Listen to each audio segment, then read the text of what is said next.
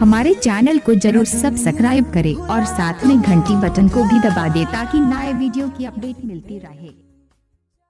बोला बोला शीतला भवानी की कहीं नजरी लगाई झरिया फूट जाए कहीं नजरी लगाई झरिया फूट जाए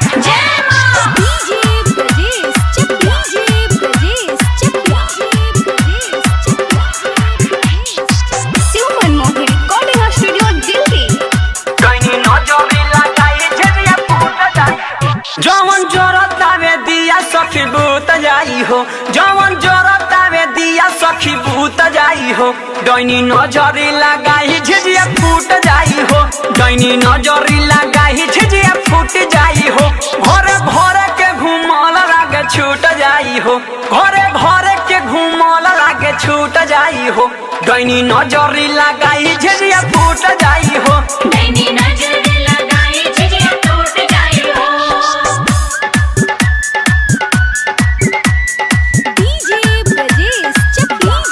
शेरा वाली माँ जोता वाली माँ मेरा वाली माँ लाटा वाली माँ डैनी नजरी लगाई झिझिया फूट जाई झिझिया फूट जाई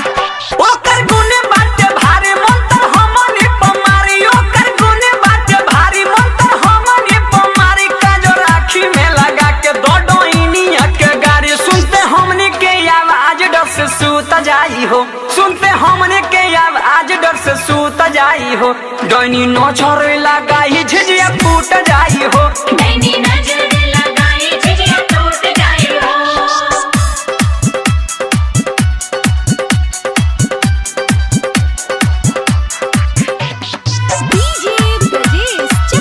डैनी नजरी लगाई झिझिया फूट जाई डैनी नजरी लगाई झिझिया फूट जाई गोइल दसही चोहर लेला लाठी लामोहर गोइल दसही चोहर लेला लाठी लामोहर माई रही है सहाय सखी लागी नहीं डर राइटर संजय शशिलाल जुट जाई हो राइटर संजय शशिलाल सभे जुट जाई हो डैनी नजरी लगाई झिझिया फूट जाई हो डैनी नजरी लगाई झिझिया फूट जाई हो घरे भरे के घूमल लागे छूट जाई हो घरे भरे के घूमल लागे छूट जाई हो डैनी नजरी